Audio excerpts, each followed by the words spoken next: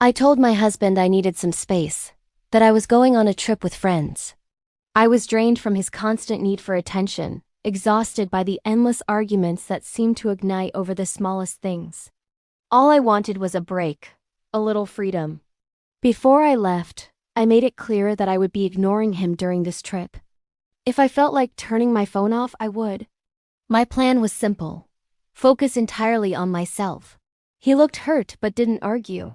He simply nodded and said quietly, "Do whatever you think is best." On the trip, I felt a strange sense of liberation. No messages flooded my phone. No check-ins, no fights about where I was or what I was doing. I laughed with my friends, stayed up late, explored new places. For a while, I entertained the idea that maybe this was the life I wanted: fun, excitement, no strings attached. I posted pictures, shared stories, and didn't spare a thought for how he might feel back home. When I returned, I braced myself for a cold reception, perhaps an argument, maybe even tears. But what I walked into was something I never could have anticipated. In the living room, my husband sat calmly next to a man in a suit carrying a briefcase. My husband rose, composed, and said, "This is Mr. Harris, my divorce lawyer." My stomach sank. At first, I laughed nervously, thinking it was some cruel joke, but his face was serious, distant, almost icy. The lawyer opened his briefcase and laid out the papers. "We've already prepared the documents," he said. "Your husband is ready.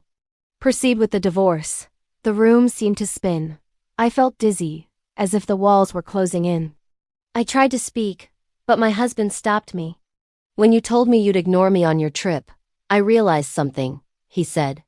"I've been ignored for years. It wasn't just a trip. You've been dismissing me, my needs, my feelings, our marriage, for a long time. I won't fight for someone who doesn't even want to see me." His words hit harder than anything I'd ever heard. I stammered, explaining that I only needed a little space, but I never meant to hurt him so deeply. I said I thought he would understand, that he would wait, but he shook his head. "Marriage isn't about pushing each other away," he said. "It's about choosing each other every single day. And you stopped choosing me." Tears blurred my vision as memories came rushing back, every small gesture he had made to show he cared. Every time I brushed him off, told him I was too busy, that I needed space, that he was too much. In that moment, I finally understood the consequences of my actions. The lawyer handed me the papers. "I didn't have to sign immediately," he said, but the process had already begun. My husband turned and walked upstairs, leaving me alone with the documents staring back at me.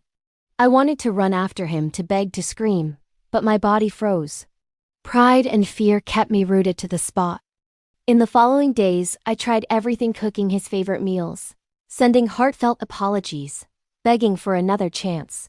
But he remained distant, polite, calm, unmoved.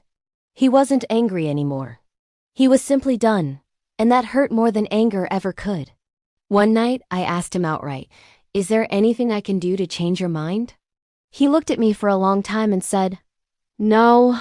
The moment you decided I wasn't worth your time, you answered that question yourself." Then he walked away again, leaving me in pieces.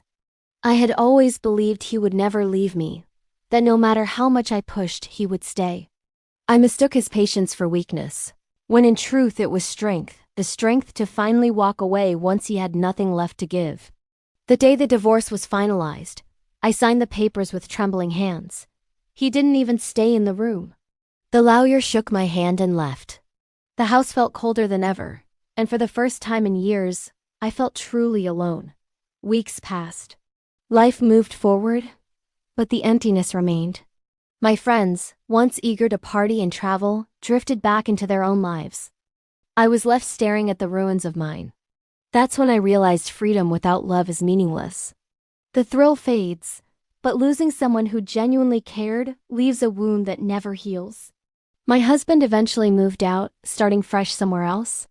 I never saw him again, except once from a distance. He was walking with another woman, smiling in a way I hadn't seen in years, happier than he had ever been with me. That's when I knew I had lost him for good, not because of betrayal or another woman, but because of my own choices. The trip I thought would give me freedom ended up teaching me the harshest lesson of my life. Love isn't about shutting someone out when it's convenient. It's about showing up, even when you don't feel like it.